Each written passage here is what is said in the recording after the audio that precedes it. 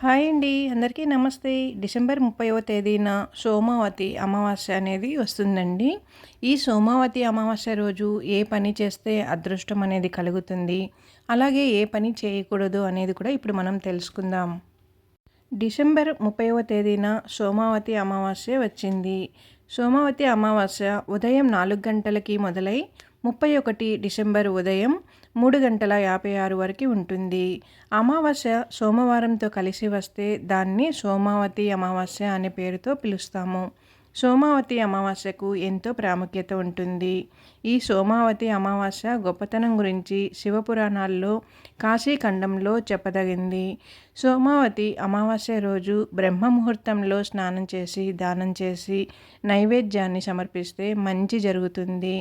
అలాగే అమావాస్య నాడు పవిత్ర నదిలో స్నానం చేయడం వలన విశేష ఫలితాలు పొందవచ్చు. శివుని అనుగ్రహం కూడా కలుగుతుంది. అమావాస్యని ఎంతో ప్రత్యేకంగా భావిస్తాము. పితృదోషాలు ఏమైనా ఉంటే అమావాస్య నాడు తొలగించుకుంటారు. ఎవరి జాతకంలో పితృదోషం అనేది ఉంటుందో వారు అమావాస్య నాడు పరిహారాలను పాటించి పితృదోషం సమస్య నుంచి బయటపడటానికి ఉపయోగపడుతుంది ఈ అమావాస్య. శివ మహాపురాణంలో ఏం చెప్పారంటే, సోమవారం కలిసి వచ్చిన సోమావతి అమావాస్య రోజు ఒక నల్లచీమ తెలియకుండా శివలింగం చుట్టూ తిరిగిందట.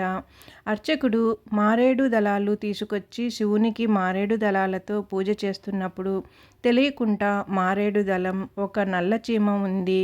ఆ నల్లచీమ ఎటు వెళ్ళాలో తెలియక శివలింగం చుట్టూ తిరుగుతుంది. సోమావతి అమావాస్య రోజు శివుడు చుట్టూ తిరగటం వల్ల తర్వాత జన్మలో కాశీరాజుకు కుమార్తెగా జన్మించింది. భోగభాగ్యాలు పొందిందని శివ మహాపురాణంలో రుద్రాధ్యాయంలో చెప్పారు. అలాగే అమావాస్య సోమవారం కలిసి వచ్చిన సోమావతి అమావాస్య రోజు తెలియకుండా 2 కాకులు శివాలయంలో శివుడి చుట్టూ తిరిగాయని, అలా తిరగటం వల్ల తర్వాతి జన్మలో ప్రమాదగణాలలో స్థానాన్ని పొందాయని కాశీఖండంలో చెప్పారు. సోమావతి అమావాస్య రోజు శివాలయంలో చేసే ప్రదక్షిణాలు జన్మల పాపాలన్నీ నశింపజేస్తాయి. పరమేశ్వరుని మీ ఇంట్లో కనకవర్షం కురిపించాలంటే సోమావతి అమావాస్య రోజు శివాలయానికి వెళ్ళి శివాలయంలో 3 ప్రదక్షిణాలు చేయాలి. ఇంకా ఈ రోజున శివాలయంలో చండీ ప్రదక్షిణాలు చేస్తారు. అంటే ధ్వజస్తంభం దగ్గర ప్రారంభమై సోమసూత్రం దాటకుండా సవ్య సపస్యవ దిశలలో చేసే ప్రదక్షిణాలను చండీ ప్రదక్షిణ అంటారు. సోమసూత్రం అంటే శివునికి శివాలయంలో అభిషేకం చేసినప్పుడు ఆ అభిషేకం జలం మొత్తం కూడా శివాలయం నుంచి బయటకు వచ్చే మార్గం ఉంటుంది కదా, దానిని సోమసూత్రం అంటారు. శివాలయంలో ప్రదక్షిణ చేసేటప్పుడు ధ్వజస్తంభం దగ్గర మొదటి సోమసూత్రం వరకే వెళ్ళాలి. మళ్ళీ వెనక్కి వచ్చి సపస్యవ్య దిశలో సోమసూత్రం దాటకుండా తిరుగుతూ ఉండాలి. దాన్ని చండీ ప్రదక్షిణ అంటారు. సోమసూత్రం దాటకుండా చేసే ఈ చండీ ప్రదక్షిణ సోమావతి అమావాస్య రోజు చేస్తే కొన్ని వేల సంవత్సరాలు మీరు చేసిన పాపాలన్నీ కూడా తొలగిపోతాయి. పరమేశ్వరుడు పరమానందంతో మిమ్మల్ని అనుగ్రహిస్తారు. అలాగే అమావాస్య సోమవారం కలిసి వచ్చిన సోమావతి అమావాస్య రోజు స్త్రీలు ఎవరైనా సరే రావి చెట్టుకు ప్రదక్షిణాలు చేస్తే వాళ్ళ ఇంట్లో సభ్యులందరూ కూడా మంచి పురోగతి సాధిస్తారు. దీనిని సోమవార వ్రతం అని కూడా పిలుస్తారు. అమావాస్య సోమవారం కలిసి వచ్చిన రోజు స్త్రీలు రావి చెట్టు దగ్గరికి వెళ్ళి రావి చెట్టుకి 108 ప్రదక్షిణాలు చేసుకుంటే చాలా మంచిది.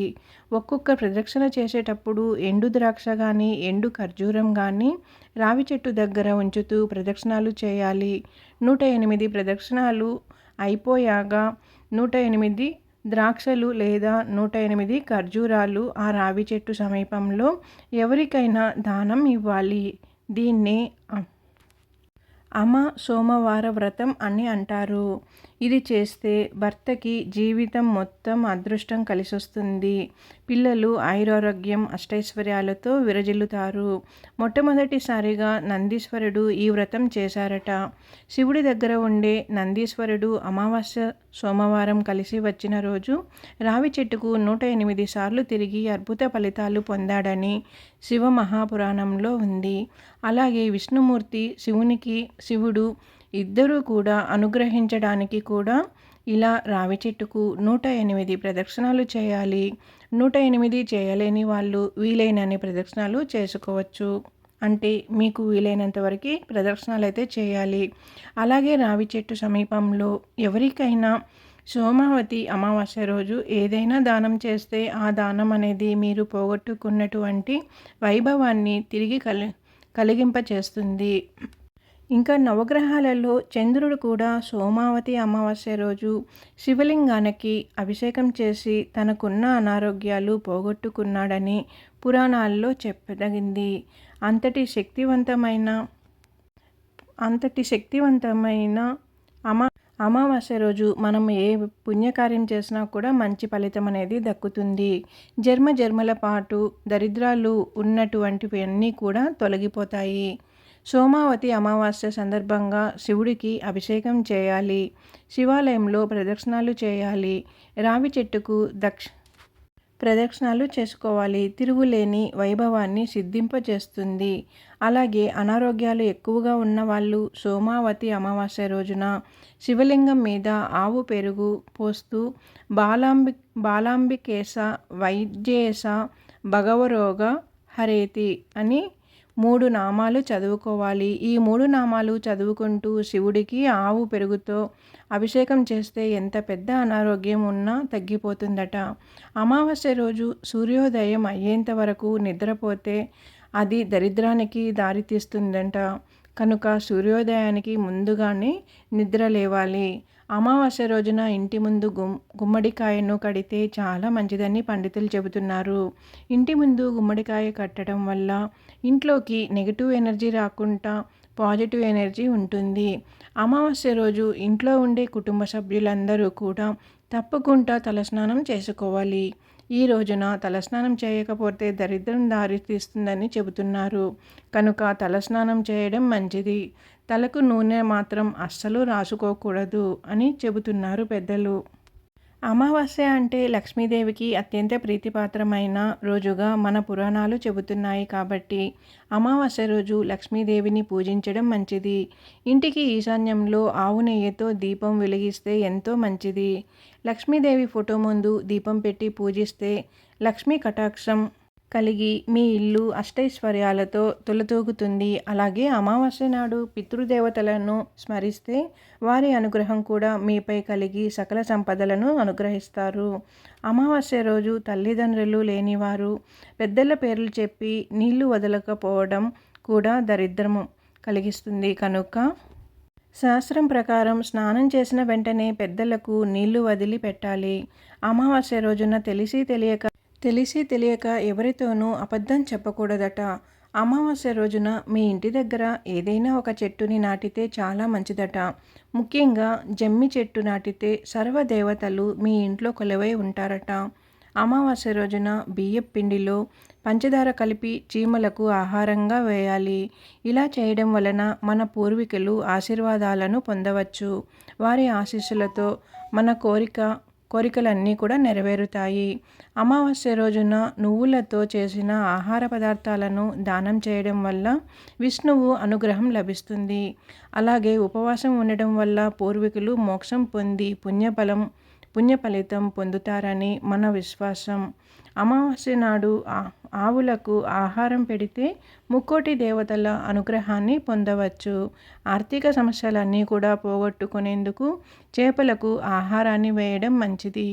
అమావాస్య రోజున వివాహం, గృహప్రవేశం, నామకరణం మొదలైన శుభకార్యాలు చేయడం నిషేధించుకోవాలి. అమావాస్య రోజున స్త్రీలను, వృద్ధులను, పేదవారిని అవమానించకూడదట. అమావాస్య రోజు వీలైనంత ఎక్కువ మందిని నిరుపేదలకు సహాయం చేయాలి. అమావాస్య తిథి నాడు బిచ్చగాడు బిచ్చగాడు మీ ఇంటికి వస్తే అతనిని ఖాళీ చేతులతో తిప్పి పంపకూడదట. ఇంకా అమావాస్య రోజు మధ్యాహ్నం నిద్రపోకుండా ఉండాలట. అలా నిద్రపోతే దరిద్రానికి దారి తీసినట్టుంటుంది. కనుక అమావాస్య మధ్యాహ్నం ఒక్కరోజు నిద్రించకుండా ఉంటే మంచిదట. అమావాస్య రోజు రాత్రి భోజనం చేయుట కూడా దరిద్రహేతువుగా భావిస్తారట. ఏదైనా పలహారం కానీ టిఫిన్ కానీ తినవచ్చట. అయితే మధ్యాహ్నం భోజనం చేసి రాత్రి పలహారాలను తీసుకోవడం ఉత్తమం. అమావాస్య రోజు గడ్డం తీసుకోవడం, జుట్టు కత్తిరించడం, గోర్లు కత్తిరించడం చేయరాదు. ఇలా చేస్తే దరిద్రం అనేది తాండవిస్తూ ఉంటుంది. ఈ రోజున కొత్త పనులను, శుభకార్యాలను చేయరాదు. అదేవిధంగా కొనసాగుతున్న పనులను నిలుపరాదు. ఇప్పుడు మనం అమావాస్య రోజు ఏ పనులు చేస్తే మంచిది, ఏ పనులు చేయకూడదు అనేది తెలుసుకున్నాం కదండి. ఈ వీడియో కానీ మీకు నచ్చినట్లయితే నా ఛానల్ సబ్స్క్రైబ్ చేసుకొని లైక్ ఇవ్వండి. కొత్తగా చూసేవారు ఉన్నా కూడా ముందుగా ఛానల్ సబ్స్క్రైబ్ చేసుకొని ఛానల్లోకి వెళ్ళి నా వీడియోస్ అన్నీ కూడా చూసి ఎలా ఉన్నాయి ఏంటి అనేది కామెంట్ చేయండి.